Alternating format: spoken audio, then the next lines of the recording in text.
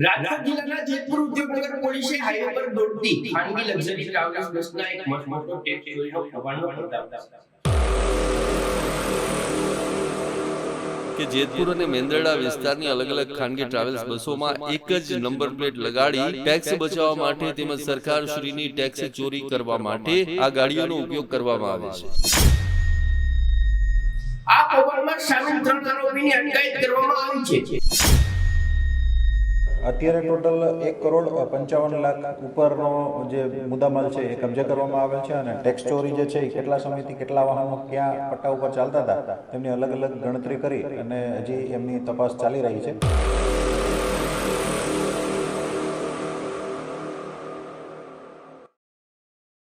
રાજકોટ જિલ્લાના જેતપુર ઉદ્યોગનગર પોલીસે હાઈવે પર દોડતી ખાનગી લક્ઝરી ટ્રાવેલ્સ બસના એક મોટો ટેક્સ ચોરીનો કૌભાંડનો પર્દાફાશ કર્યો છે।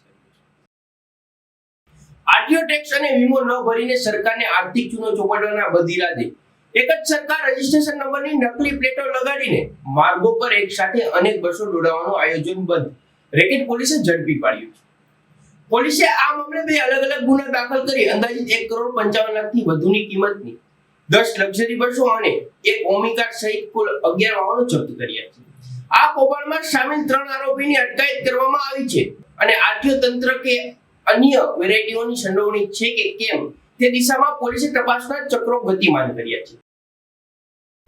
જેતપુર ઉદ્યોગનગર પોલીસ મથકના પીઆઈ અને પીએસઆઈ સહિતની ટીમને પેટ્રોલિંગ દરમિયાન ચોક્કસ બાતમી મળી હતી કે એક જ નંબર પ્લેટનો ઉપયોગ 2 ટ્રાવેલ્સ બસોમાં કરીને ટેક્સ ચોરી આચરવામાં આવી રહી છે। જેના આધારે પોલીસે પોરબંદર રાજકોટ નેશનલ હાઈવે પર રબારિકા ચોકડી પાસે વોચ ગોઠવી હતી। આ દરમિયાન જૂનાગઢ તરફથી આવી રહેલી શ્રી મહાલક્ષ્મી ટ્રાવેલ્સની બ્લુ કલરની બસને અટકાવી તપાસ કરતા તેના પર આરટીઓ નંબર AR01U9905 મારેલો હતો। બસ ચાલક કૌશિક જયસ્વાલ પાસે વાહનના કોઈ દસ્તાવેજ નહોતા અને પૂછપરછમાં તેણે કબૂલ્યું કે તેના નાના ભાઈની બસના નકલી નંબર આ બસ પર લગાડ્યા છે। આ દરમિયાન બિલકુલ એ જ નંબર ધરાવતી અન્ય એક બસ પણ ત્યાંથી પસાર થતા પોલીસે તેને પણ દબોચી લીધી। ત્યારબાદ પોલીસે જેતપુર જૂનાગઢ હાઈવે પર આવેલા પાવન ટ્રાવેલ્સના ડેલામાં દરોડા પાડી ત્યાંથી એક જ સરખા રજીસ્ટ્રેશન નંબર GJ14T0932 ધરાવતી અન્ય 4 બસોની નકલી નંબર પ્લેટો પણ જપ્ત કરી હતી। જેતપુર ઉદ્યોગનગર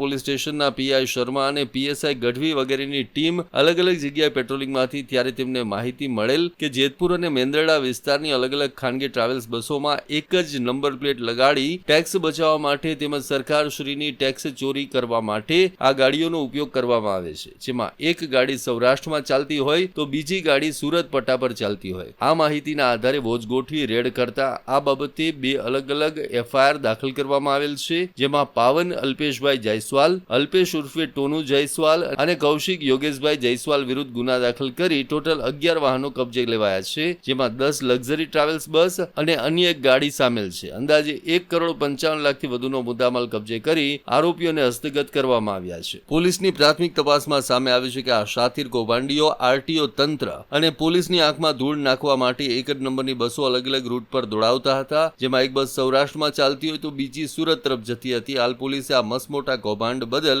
ભારતીય ન્યાય સંહિતા બીએનએસની કલમ 318(4), 336(2), 336(3), 340(2) અને મોટર વાહન અધિનિયમ મુજબ ગુનો નોંધી 2 આરોપીઓની અટકાયત કરી લીધી છે। આ રેકેટ છેલ્લા 2 થી 3 મહિનાથી કે તેથી વધુ સમયથી સક્રિય હોવાનું બહાર આવ્યું છે। ત્યારે એક જ નંબર પ્લેટ પર આટલી બસો હાઈવે પર કેવી રીતે દોડતી હતી અને આમાં આરટીઓના કોઈ કર્મચારી કે અન્ય વચેટિયાઓની સંડોવણી છે કે કેમ તે દિશામાં પોલીસે તપાસના ચક્રો ગતિમાન કર્યા છે।